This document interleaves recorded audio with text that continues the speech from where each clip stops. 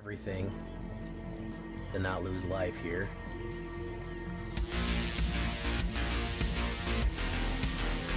Hey, we got him. Got him on the last hit right there. Nice. All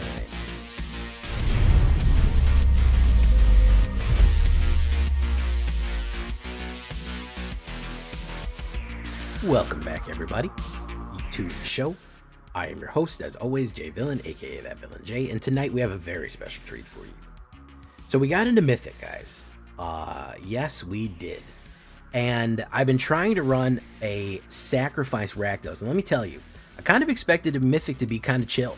You know, it was a real struggle getting up here, and I kind of took a little break just because it was a hell of a grind.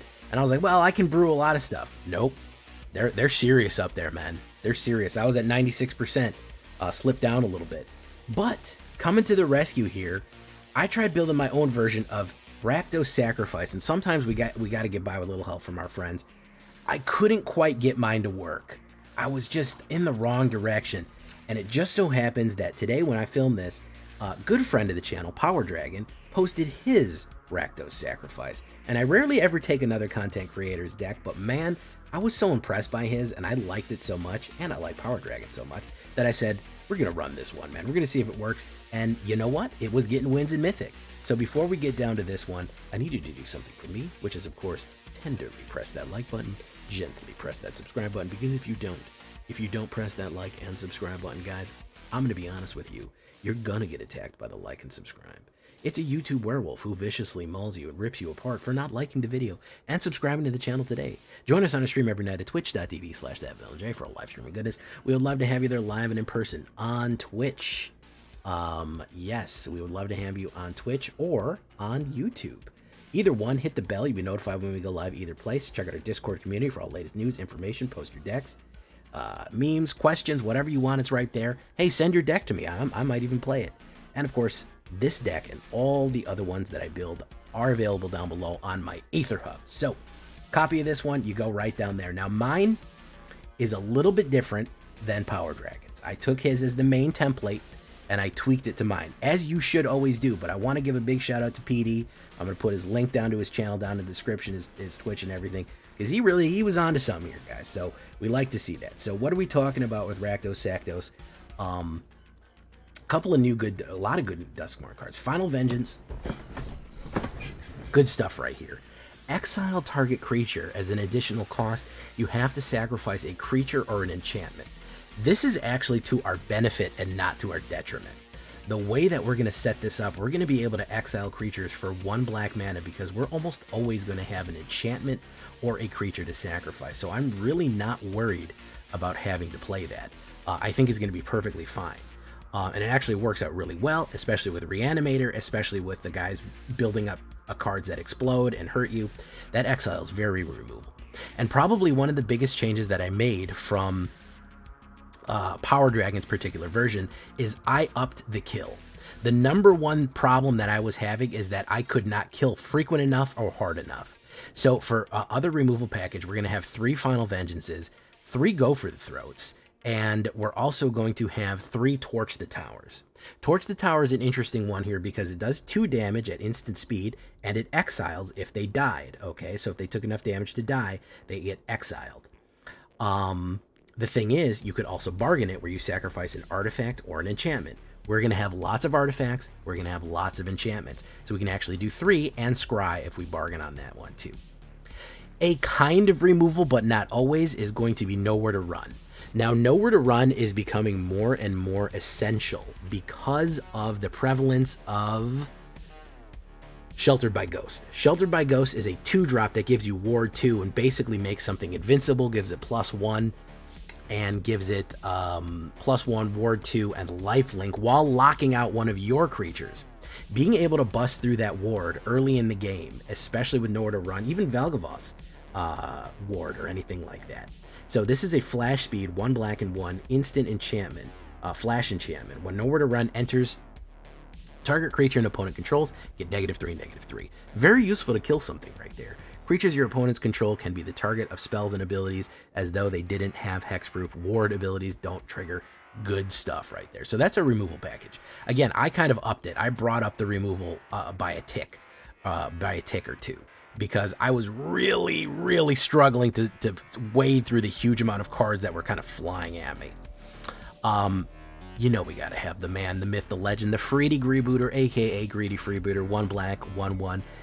When he dies, scry 1 and create a treasure token. Again, very useful sacrifice target right here, because when he dies, we get more treasure, ramp, and scry. Also, just a great scry target, just a great removal target.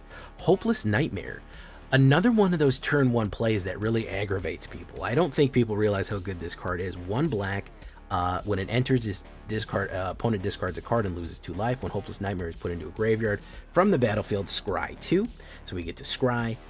And we get to sacrifice it and figure out more things. It also fits into the Nightmare theme of DUSKMOURN, even back in Eldraine. So early, sacrificing the cards out and doing good things with them right there. Very fun.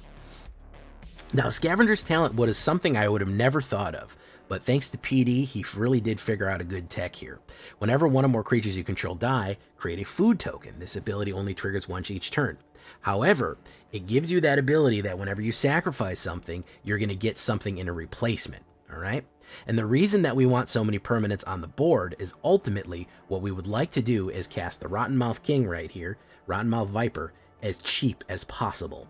So by filling the board up with cheap sacrifice fodder early on and filling it more and more, and even getting more sacrifice fodder back when things die, we can get the Rottenmouth King really quickly back onto the battlefield, which is our objective.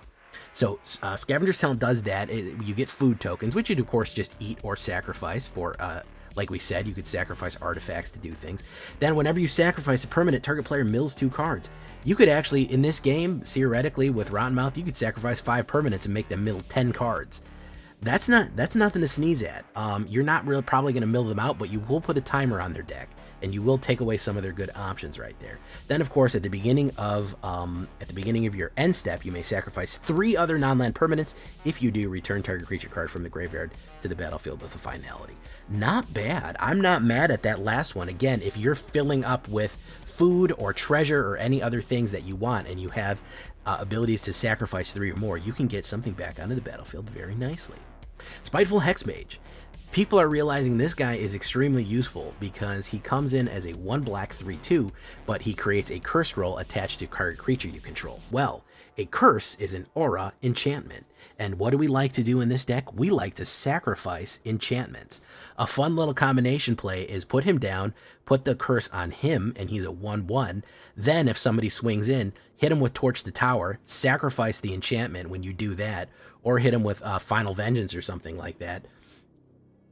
Or play that in with Final Vengeance, and boom, he's a 3/2 for 1, and you got one of your sacrifice plays off. So Spiteful Hexmage actually puts 2 permanents on the board for 1 black mana, which is extremely useful. Here we're going to have the evil monkey, the monkey toy, the Clockwork Percussionist. 1 red, 1/1, haste. Whenever it dies, you exile the top card of your library. You may play it till the end of your next turn. Again, great sacrifice play, especially getting cards off the top.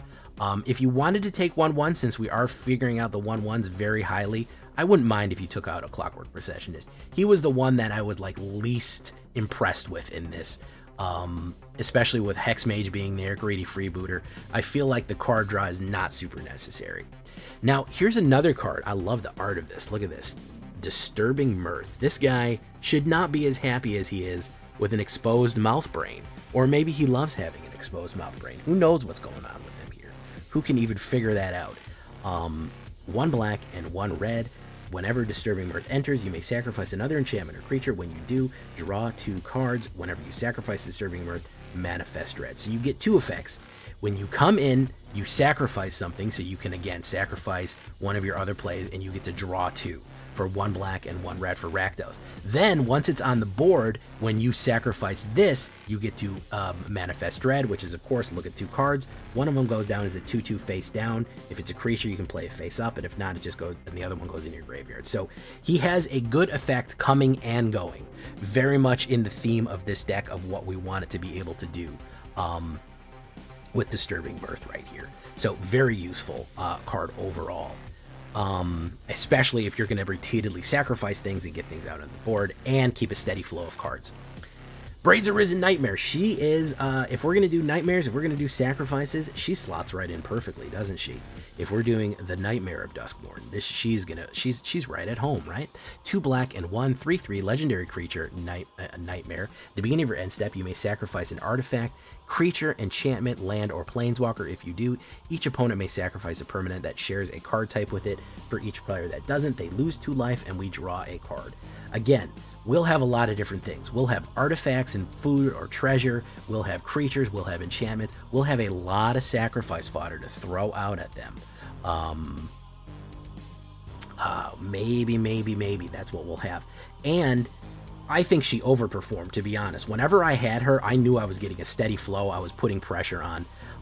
It was really, really fun having her out. So I added a little bit more of her, except 2. We went with 3 right there because she just always had that steady sacrifice card draw and really hurt people as we went along. Love her right there. Urbrisk's Forge. So we're going to do the Urbrisk's Forge combo right here with Enduring Courage and Urbrisk's Forge, which I did previously and I really like as a combo. Of course, Urbrisk's Forge, you're like, Jay, that's a little odd. This is suddenly a Forge deck. Well, we like the sacrifice fodder. The first couple of turns, we might not even attack with our guys. We might just use them for fodder.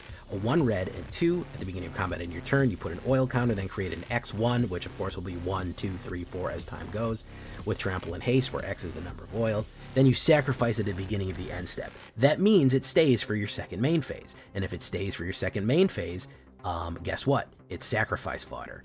Or we can use it for sacrifice for Braze, Disturbing Mirth, anything really.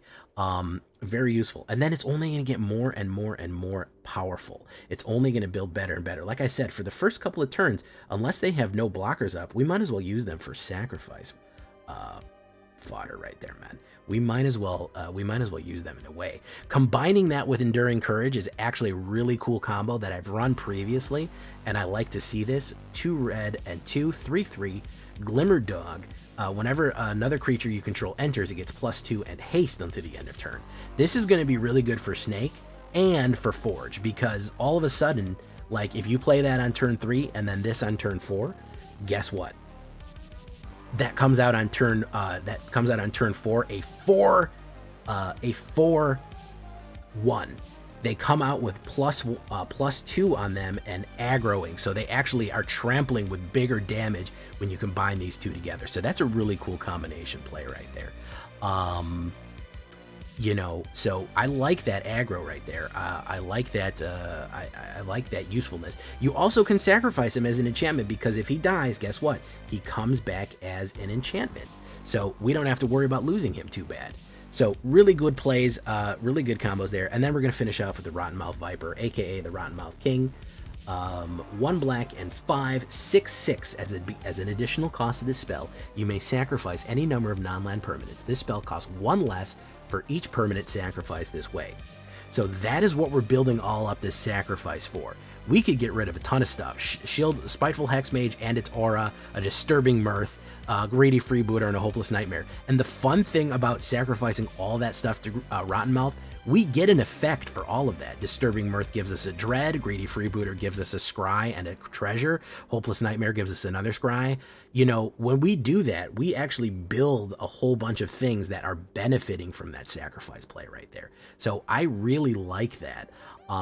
Then, of course, you have the power of the Rottenmouth, the 6/6, and then, of course, he enters or attacks, you put a blight counter on him. Then for each blight counter on it, each opponent loses 4 life unless they can sacrifice a non-land permanent or discard a card. Now, early on, that might be hard for them. If you get it out early, they might have a lot of cards in their hand, but they might not have a lot of permanents to sacrifice. Later in the game, when they have less cards, it's going to be a choice.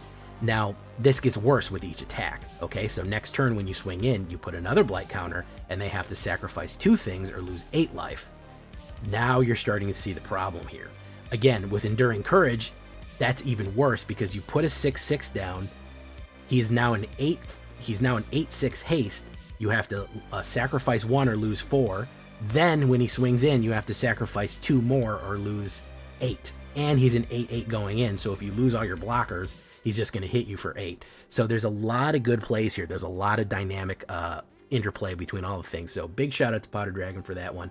Restless Vents, Blazemire Verge, the new land, Blackwater Cliffs, and Sulphurous Springs.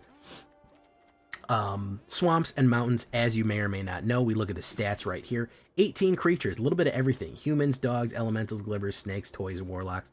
6 instants, 3 sorceries, 5 artifacts, 13 enchantments. Yeah, with Duskmourn being what it is, a lot of enchantments going on. And a very cheap deck, by the way. If you haven't noticed, it's a 2.1 and 19 land right there. We can get by with that. It does work with that low. If you are scared of that land issue, I don't mind you throwing another land on there. I don't mind you throwing a another mountain or anything like that in if you're a little worried about your land cost. Your most expensive cards really are 3.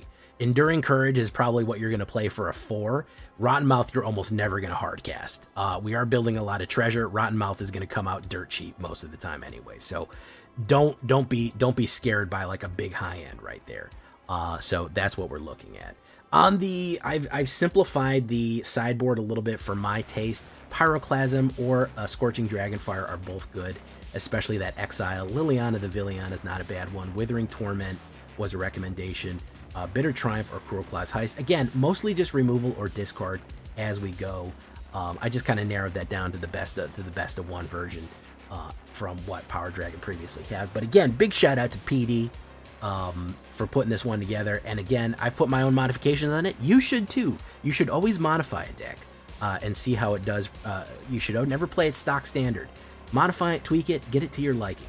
Let's get into Mythic rank right here, guys. See if we can't gain a little bit of Mythic rank, get up to that, maybe get up to those numbers. Here we go. Leave a comment. Tell me what you think. Let's get into it.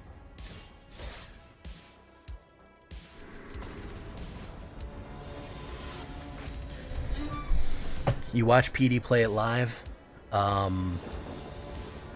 Bonus game. Yeah, it fucked me on the bonus game. I really liked it. Maybe that's what I'm missing. I'll run your version, see how it feels. Yeah, I liked it. Again, I needed to tweak it a little bit for my own pleasure, for my own versions. Okay, we can do Spiteful Hexmage and Final Vengeance here. Oh, I'm used to it, TJ. Nice fat sack. Thank you, man. I work hard to have that nice of a fat of a sack, you know? It's not easy.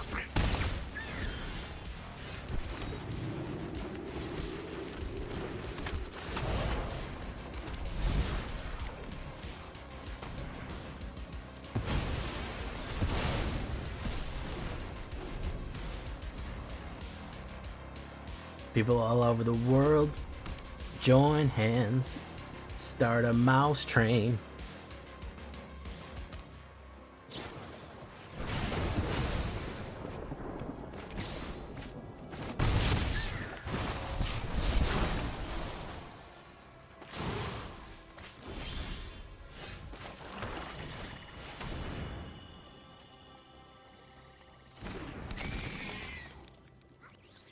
Is he gonna run a removal?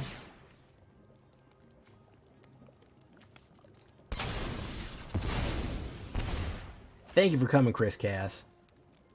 We appreciate you, man. We're done here anyways. No worries. We're just having a good time. We did our 2 hours.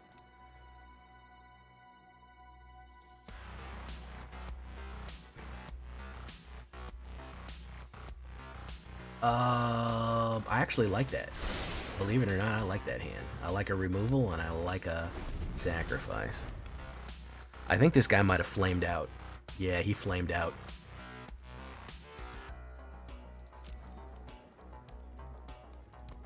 He wants me to block, so he's gonna pump, but don't think it's gonna matter. I think he completely got. He actually hit too many. He actually hit too many things at once there. Cool. Is he gonna go for the Risen Nightmare, or is he gonna go for... Boom.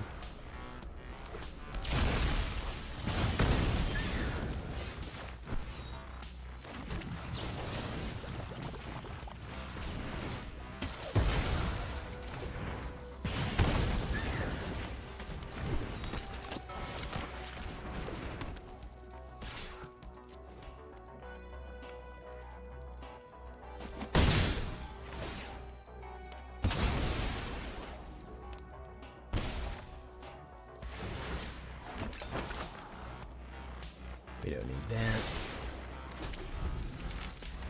Thank you for following After Hours. Also, thank you for following Armus01. Thank you for that, Armus. You get this.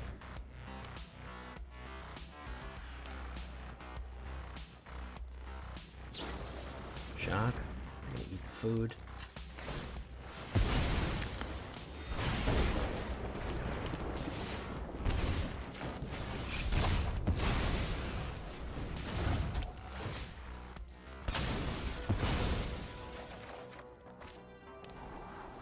Wow. Okay.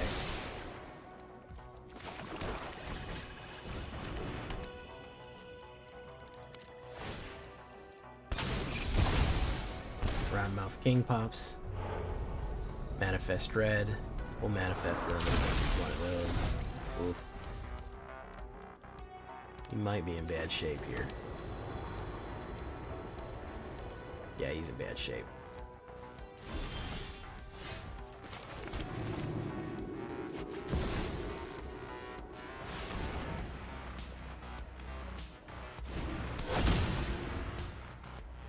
Gonna have to lose that or sacrifice.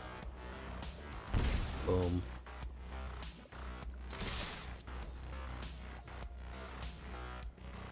He's dead no matter what. Because we can sacrifice that. And he's out of there. Boom! Look at that. What's up, Rams at TCG? Alright, good stuff right there. Karyama Face, you do like the Disturb combo? Yeah, it is a good combo, man. I actually really like that. I feel like it might be a Rakdos staple for a while, because the Dread and the card draw, very good. Very good combos right there. Alright, boom. Terror of the Peaks, hey, okay, good one. But, yeah, you need to shut down. People quickly realize that, what's that name? What's the name of that card? That card is fucking cracked as shit. Ghosts. And it's also one of the best counters to red. So we've kind of settled on this. Do you know what I mean? The Azorius enchantments. Or every now and again you run into some jank, but it's mostly been those. Like, primarily. This is new. I don't think I've run it. If this is a mono black and not a Rakdos, I think that it'll be a new stretch here. Boom.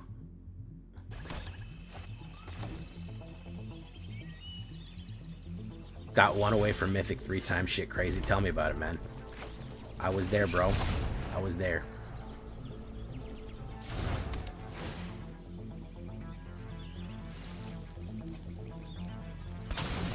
Boom. Rottenmouth King.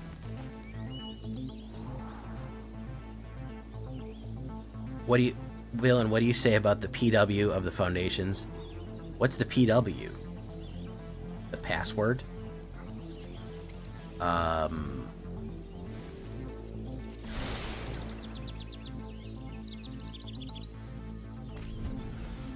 Tell me about it, Todd Gibson. Yeah.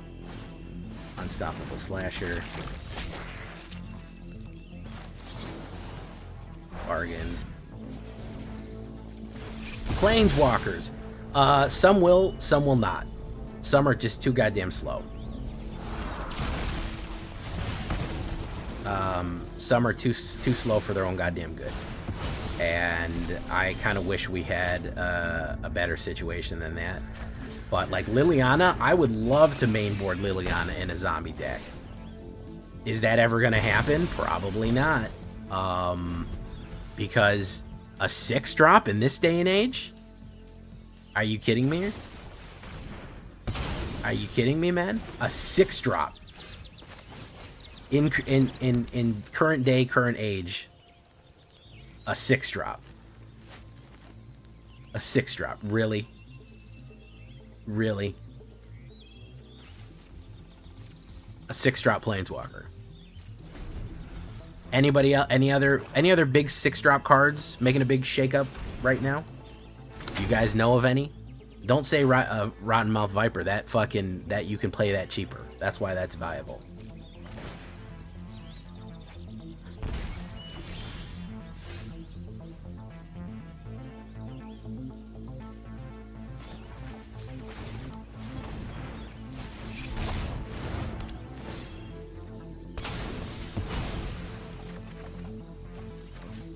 She's got to be cheated out, but I'd even think at cheat out speed, she's not even that good. I think that Ajani probably will as a 3-drop. I wish Liliana. Golgari Ramp, Reanimator, yeah, maybe you got something there.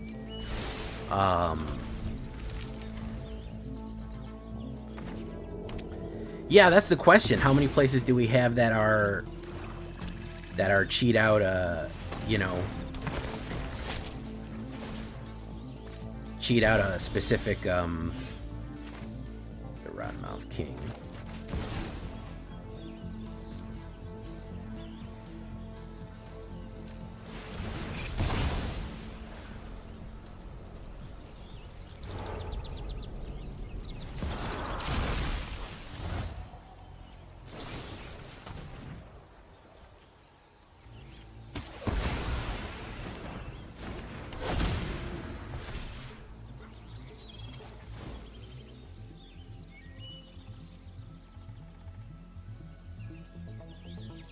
Alright, so if he has a removal, this is what he'll have. He'll have a removal and an Aclazotz, and he'll win the game. Oh no, he didn't have that. Alright, so Free Rebooter.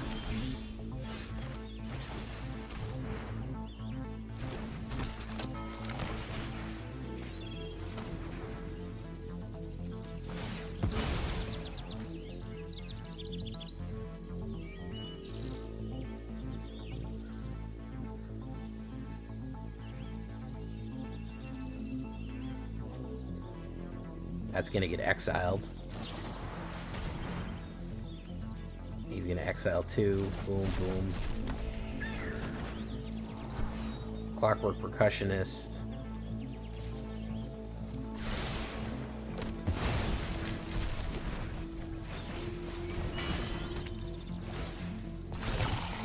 We have instant removal for whatever else he puts down. And we have the Rottenmouth King.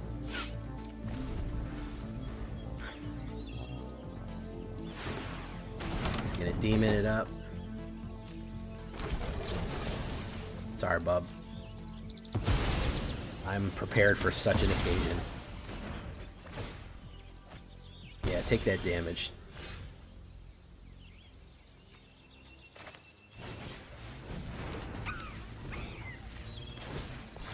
Yep. There you go, man.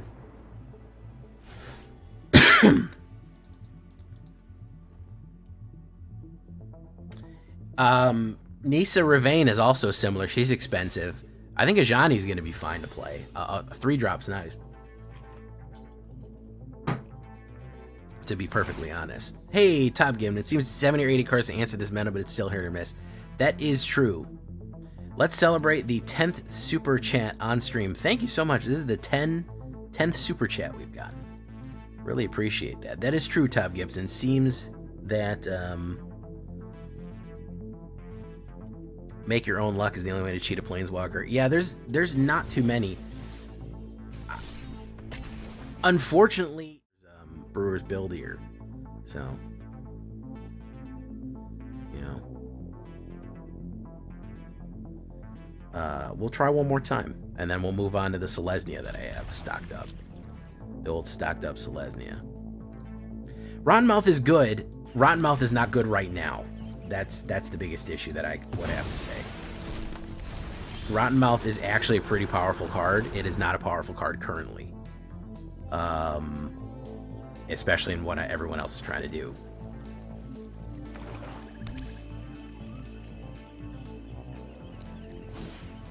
Croblaw's Heist. See, I'm just getting shit ripped right here, man. Rottenmouth was good before the game started going 100 miles an hour. And that you could flood the board with garbage.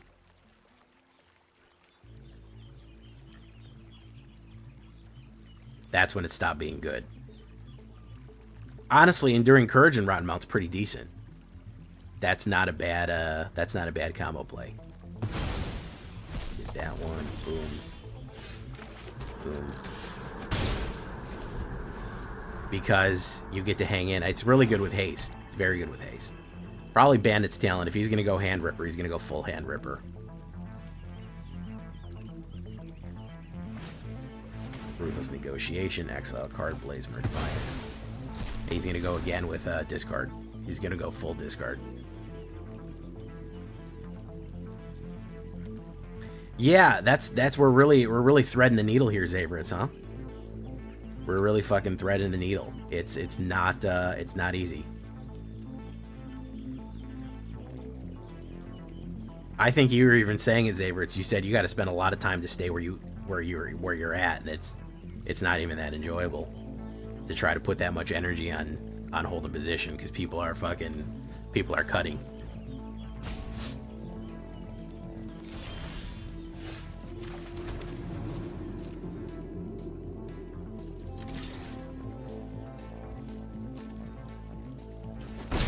Yeah, I can see that. I thought it was going to be an open brewer's paradise up here, and I was dead fucking wrong. It is absolute fucking cutthroat right now.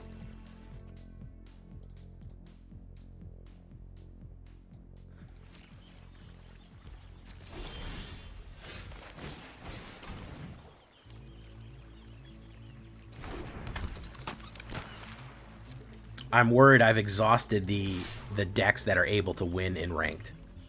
That's kind of my genuine fear. You know what I mean? That I have completely exhausted the available decks that will win in ranked.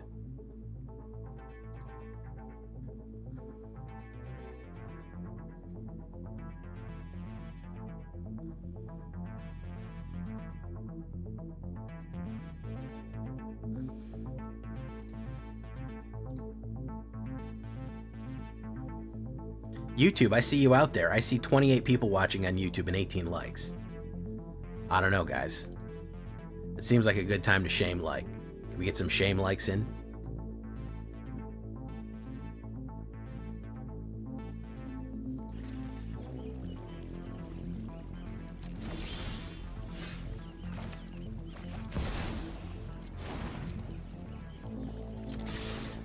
This guy's just not even fucking here.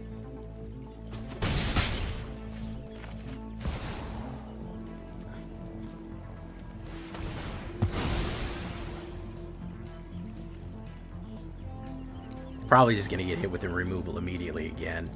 Toss that away, I don't need that. So he's got to take 4 discard, and probably will just get healed with a cut down. I mean, a go for the throat, yeah. That's the issue, you know?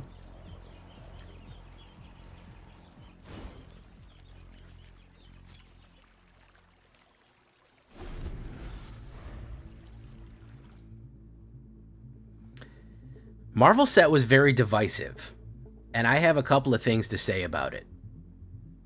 One, I think people were unnecessarily hard on it. I thought it looked cool. Kind of sucks that I'm never going to play any of those cards. But, okay, I'm going to say something controversial. I try to shy away from controversy here. Trying to stay serious fucking topics. When I see a bunch of people, like Commander players, I'm gonna shit on Commander real quick, so this is gonna be fun. They're like, this is so fucking dumb. This is stupid. I don't like this. It's useless. I'm never gonna use it.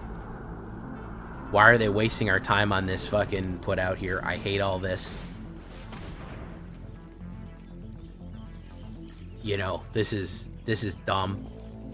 This is just pointless drivel.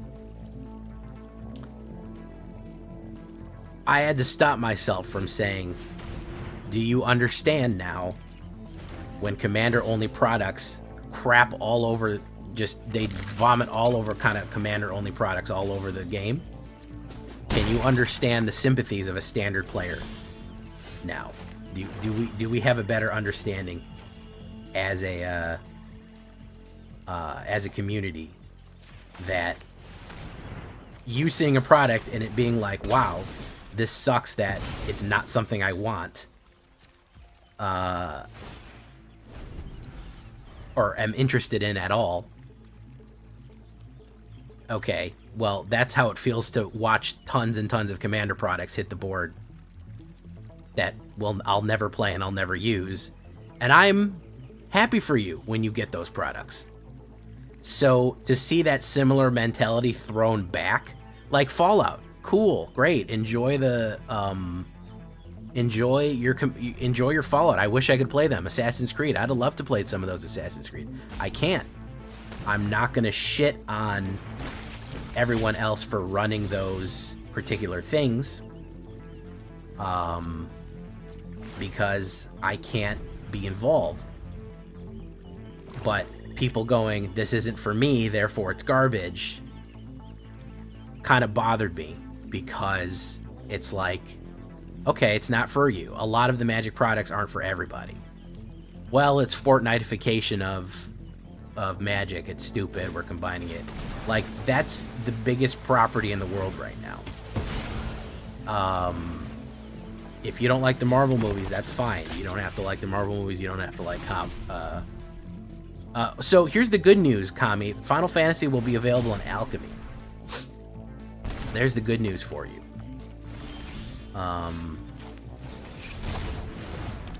Yeah, that's the good news.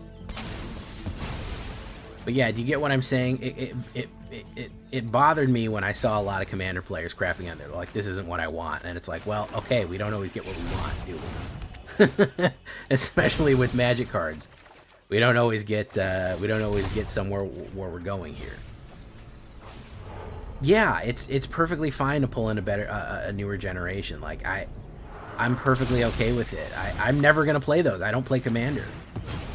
Yeah, it's gonna be the Lord of the Rings set, basically.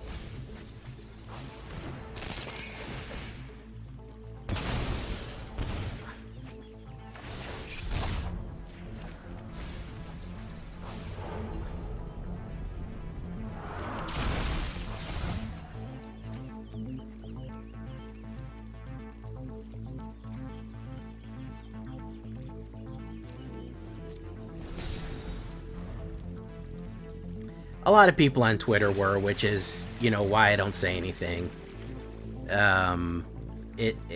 Twitter people opinions is, you know, we don't need to go down that road, do we?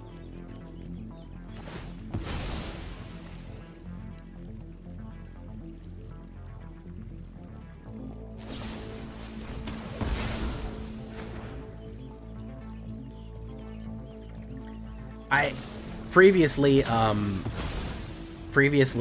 whatchamacallit, the Nerdy Steve said something very funny. He put an SNL clip up, of the woman going, when a Commander player tells me this card is not usable in their format, and it's that SNL girl going, well, that's because it's not for you. Because everything is for you, and this one thing is for him.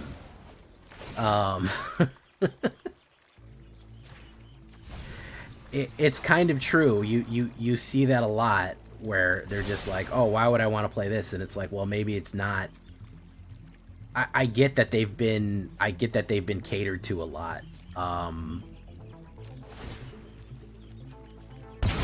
And I think they kind of don't realize that the center of gravity has been around Commander, and that has really shifted things. And when it's not exactly what they want, I don't want to call them entitled or anything. I don't think that that's the case. I definitely think that it is a case of there are other aspects of Magic. I think people are so completely Commander brained that they don't even realize there's other aspects of Magic out there. Mardu Balloon Viper deck is 50-50. Sounds like it. I'm struggling with the current Viper situation.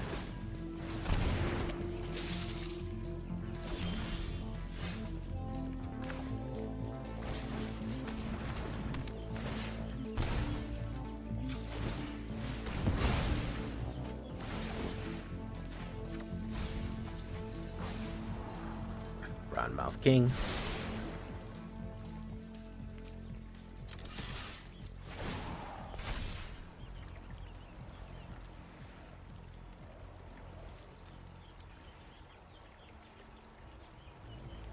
Is it Iron Man? It's the most popular format. I mean, it's not any more complicated than that. It's by far the most popular format in the game. If he puts down the demon, if he top deck the demon that kills me, no, he didn't get it.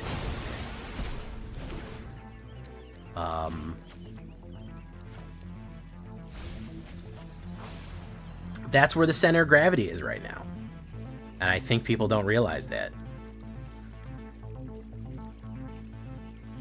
The 1/1 tokens of Vine are working really well, Delny. Interesting. Ruthless negotiation, gets the draw.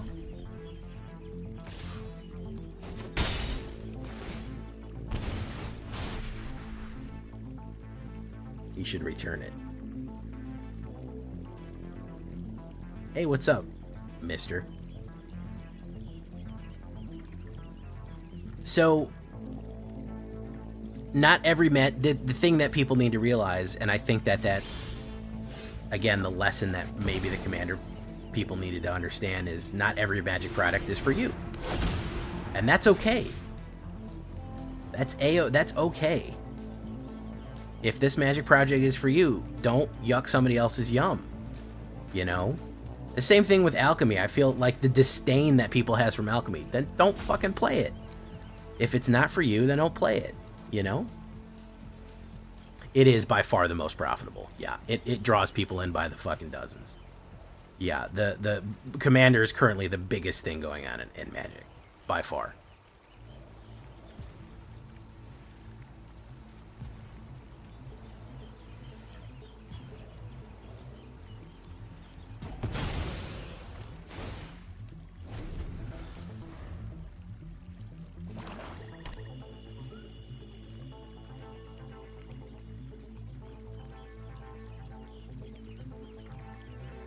But people were like mad at the Marvel release. They're like, stupid fucking release, dumbass, stupid idiot things. They were like mad at it, like, rrr. Like, and I don't get that. Like, that doesn't make a lot of sense to me.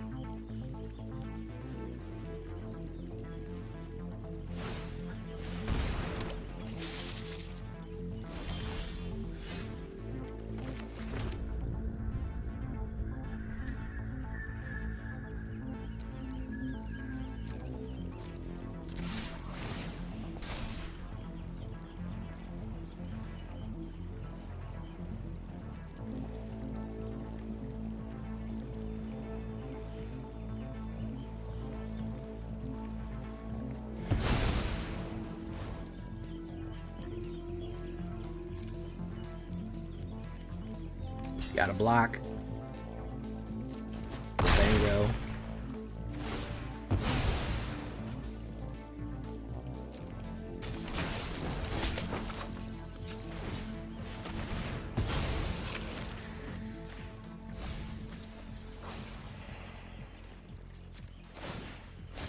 Okay.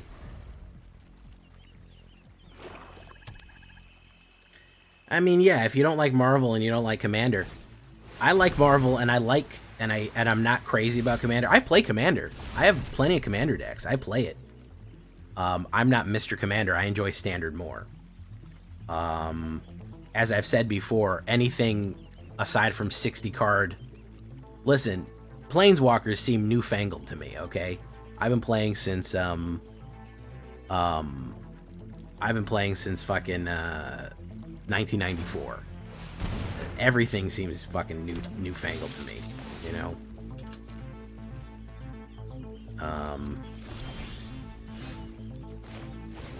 This was a really long fucking game. He just lost, but, you know, good for him. There we go. That took a while, but we won. But yeah, it bothers me when people are vitriolic about stuff that they could just avoid. Do you know what I mean? That applies to a lot of stuff. When you're like vitriolically angry about things that you could just not participate. I know that Prof doesn't like alchemy. He doesn't really like arena that much. Yeah, very good battle right there. And he just goes, I don't really play it. Every now and again I play an arena game, and I certainly don't like alchemy, but if that's what you like, that's for you. That's the best mentality to have over it, you know? But some people take things that they don't like existing to be an affront to them in a weird way. You know what I mean? Like, they're mad that it's even out there. No, I have drafted one time in real life when I was like 13, and I fucking did terrible. And I did the worst draft you ever saw in your life. This, boom.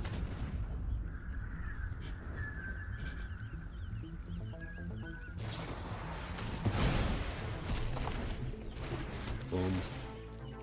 This has come back big, by the way, Anoint with Affliction. That's come back in a big way.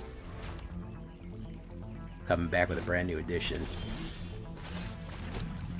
I think that he's gonna play more removal, so I don't want to put Braves or Risen Nightmare down there. Well, it's a very good battle, yeah. I know he's got more kills. Yeah, I thought so. I said it.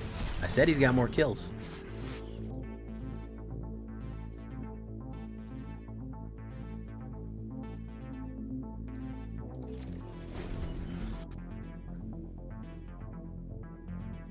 He's got a lot of them. There's the Fleshmonger. Now we're gonna hit him with this. He's gonna be mad about this.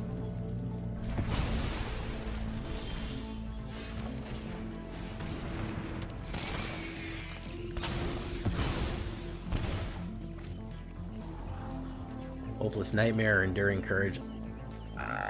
Spiteful Hexmage. Yeah, I guess we could do that.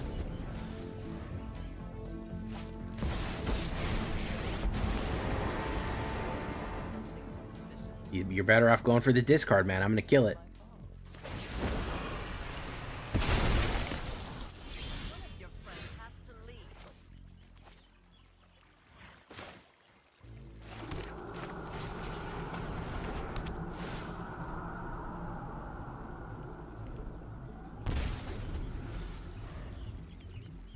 Top EDA, $3,000 to $6,000, bro. Stand under the water and cost. Yeah, no, by far the most expensive shit on here is Commander, like by a wide margin. Absolutely. That's pretty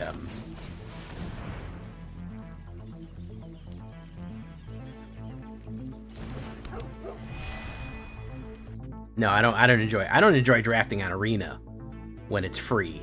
So I'm certainly not gonna pay for fucking draft in real life.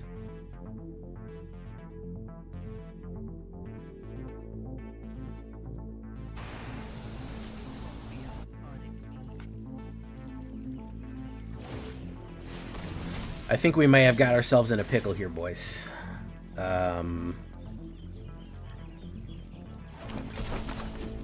goes Rottenmouth King.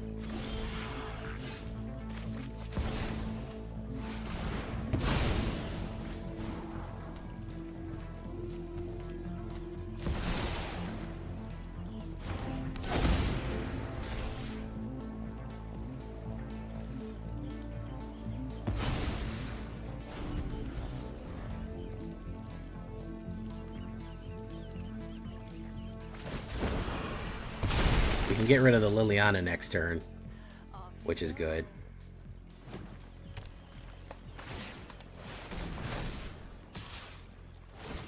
That'll help a lot, but it might be $1 late, a day late, and $1 short. But we will have killed the Lily. Lily of the Villy.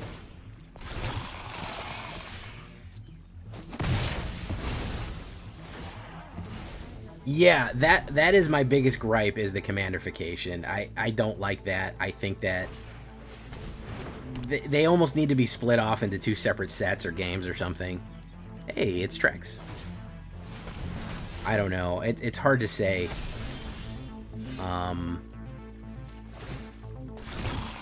It's hard to say what should actually be done there, because it's tough.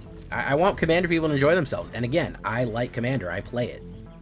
I like Brawl. I like Commander. I've got a couple of Commander precons. I was very excited about my Necrons precons. Like, that was a really fun one for me. Enjoyed it. You know?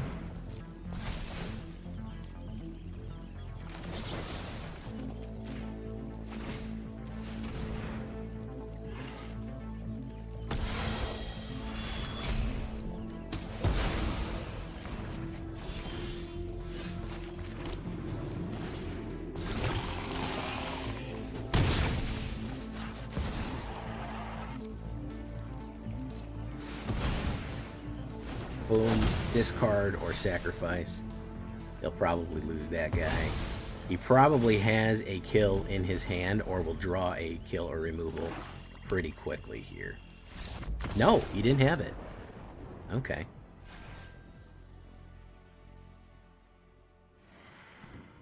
And the thing is, if I get a commander card, I don't really care.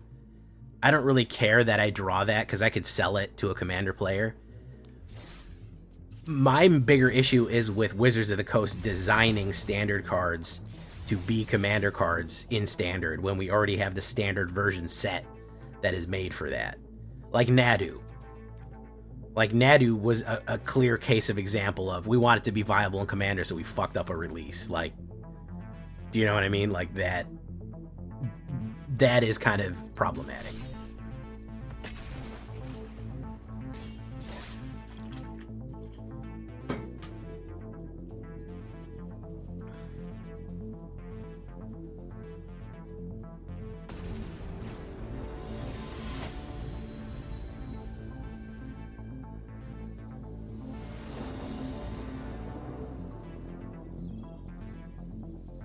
You know, and that's the crazy thing is I think that we don't realize for some people the game of Magic is Commander. Magic is Commander. There isn't anything else. And that's pretty wild when you think about it. That is 100% what this game is a Commander game. That is 100% what this game is and what it represents. There are people who have never played, who have been playing Magic for 5 years, and I never once played a 60-card format. They might not even be aware that that's an option for you. Like, they might not even know that that's something you can do. You know, no, we'll never get voice chat, and I don't think we'll ever gonna get full commander on this game, by the way, but.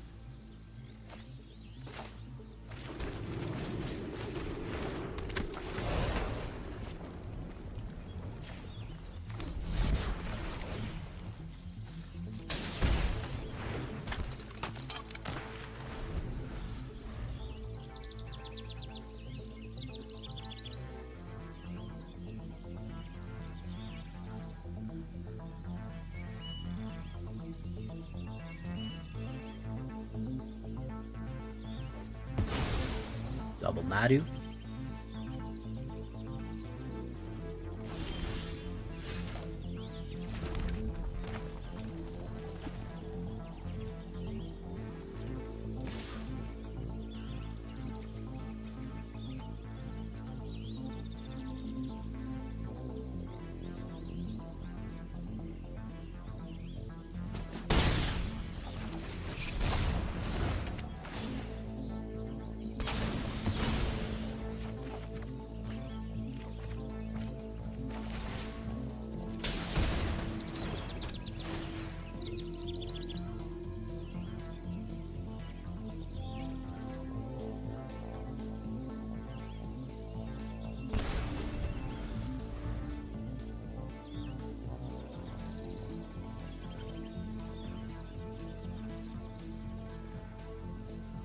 No, they'll never bring voice chat in.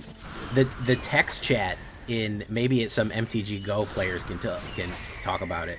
The text chat in Magic Online, MTGO, is fucking awful. Like, there's people being wilding out in that, so you're never gonna see that. If they can't handle text chat, you'll never get voice chat. The only way that I see that happening if it's friend invite only, and even that is a mighty big fucking if. That is a mighty big if right there. I don't think that that's ever going to happen, though. It's going to be a mighty fucking big if.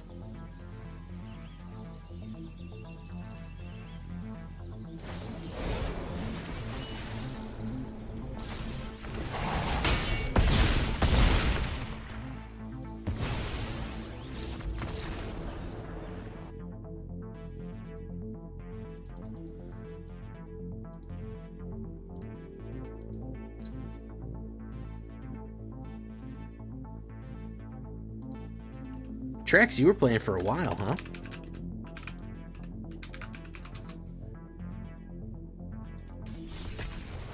We're gonna try one more time with this.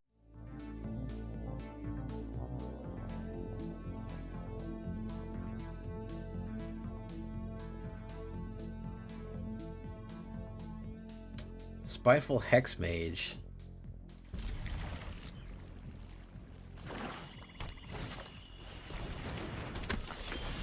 Go into this.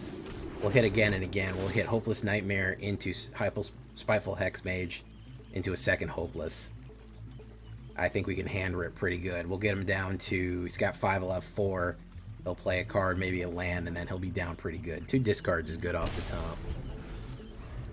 So if he plays a land, he's got 4, and if he plays something else, he's got 3. You can hit me for 2. Boom. There goes the Rottenmouth King.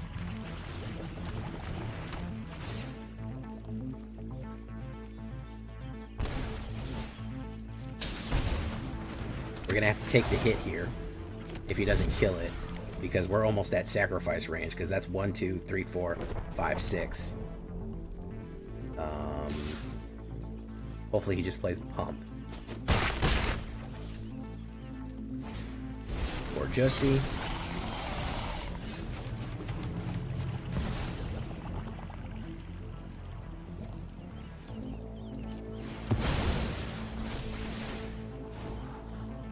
We don't want that. We don't want that. We're gonna need some lands.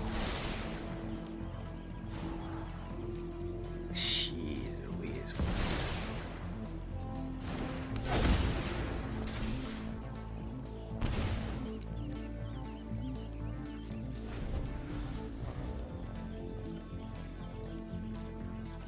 Direct removal or pump?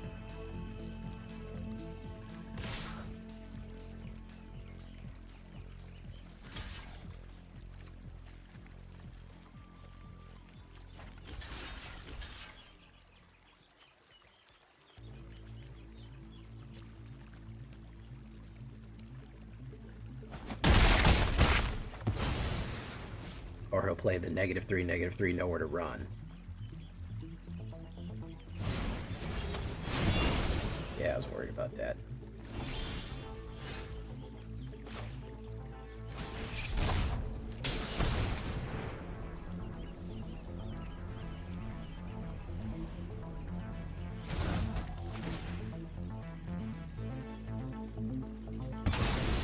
Draw.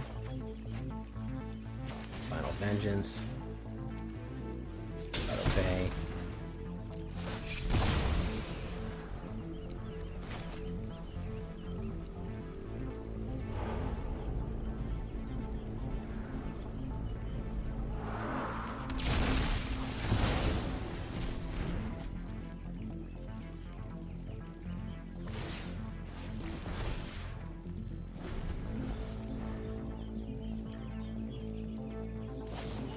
Nowhere to run. Flash that in. Again, kind of the problem is a lack of removal. Greedy Freebooter.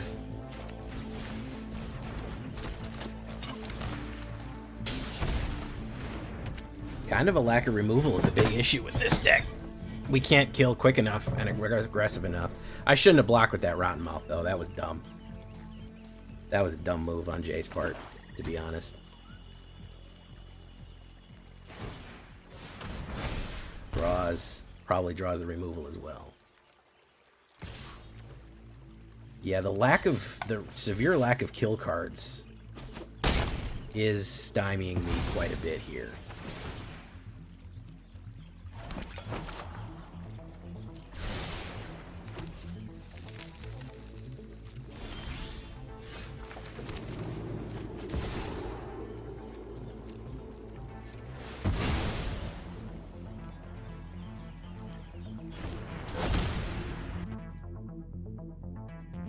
Yeah, he's playing an old school mono black, huh?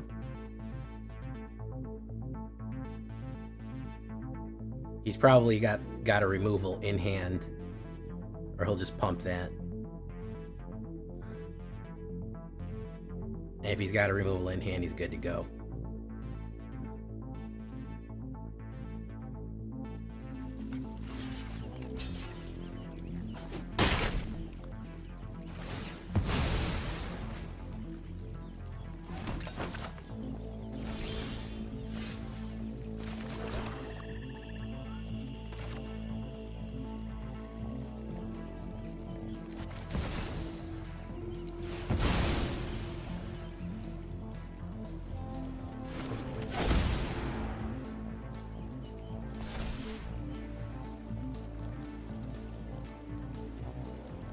Hey, what's up, Death by Vulture?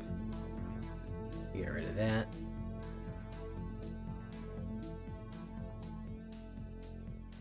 He might play Virtue, or he could play a kill card. Or Jesse.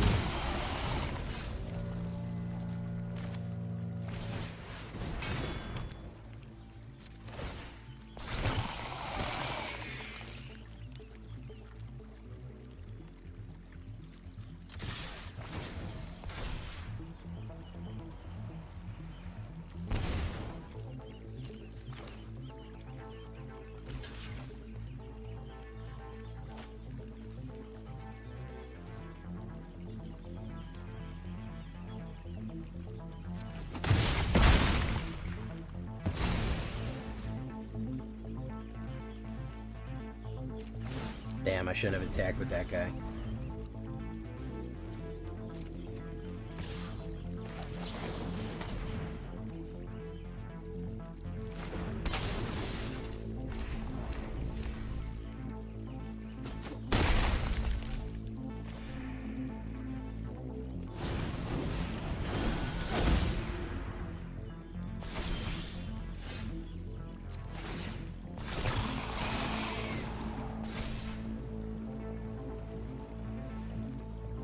He's gonna have to get rid of everything to not lose life here.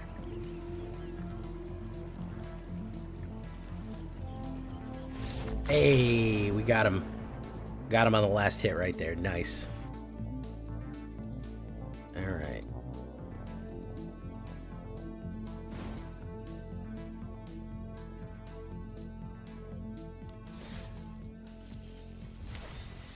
Good stuff. I think we can... Oh, we got a pack to open.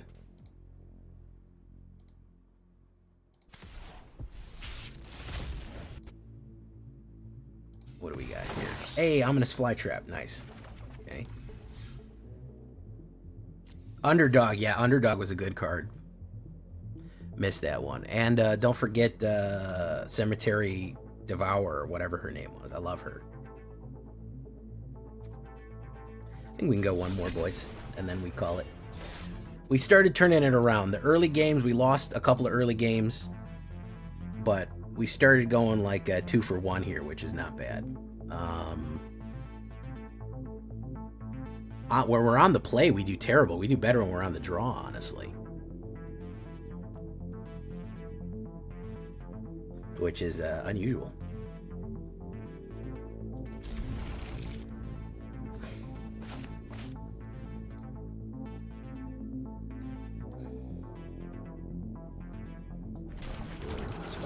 Mage. We can do Scavenger's Talent into another Spiteful Hex Mage.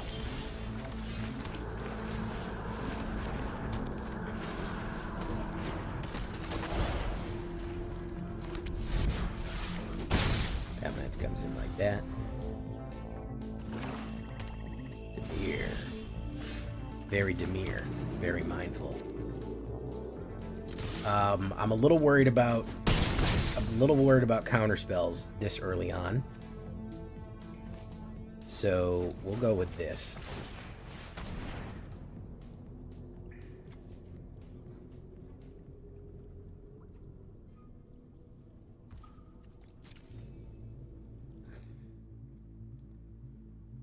He's gonna snare that. Interesting. Yeah.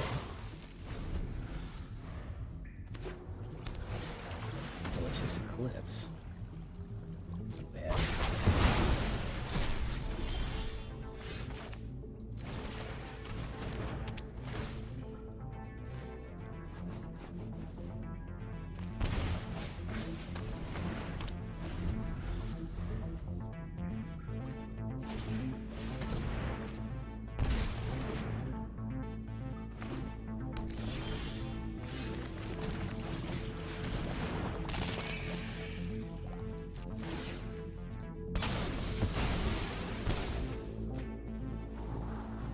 Don't want any of those.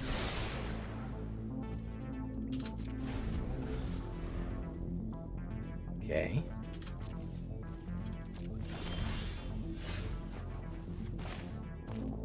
Let's get that counter spell out of your hand.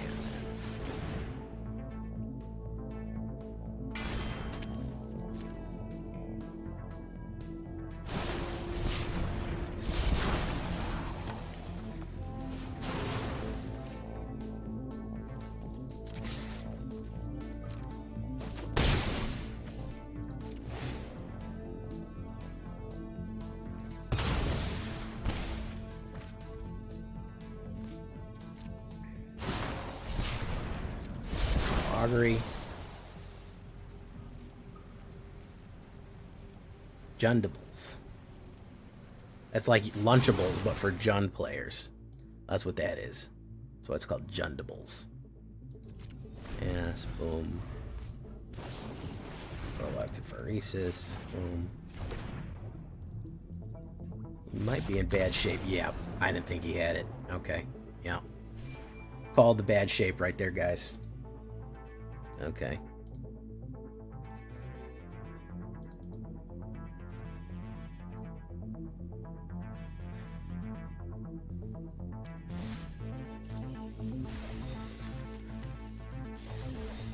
Good stuff, good stuff. All right, well, I mean, again, slightly tweaked version of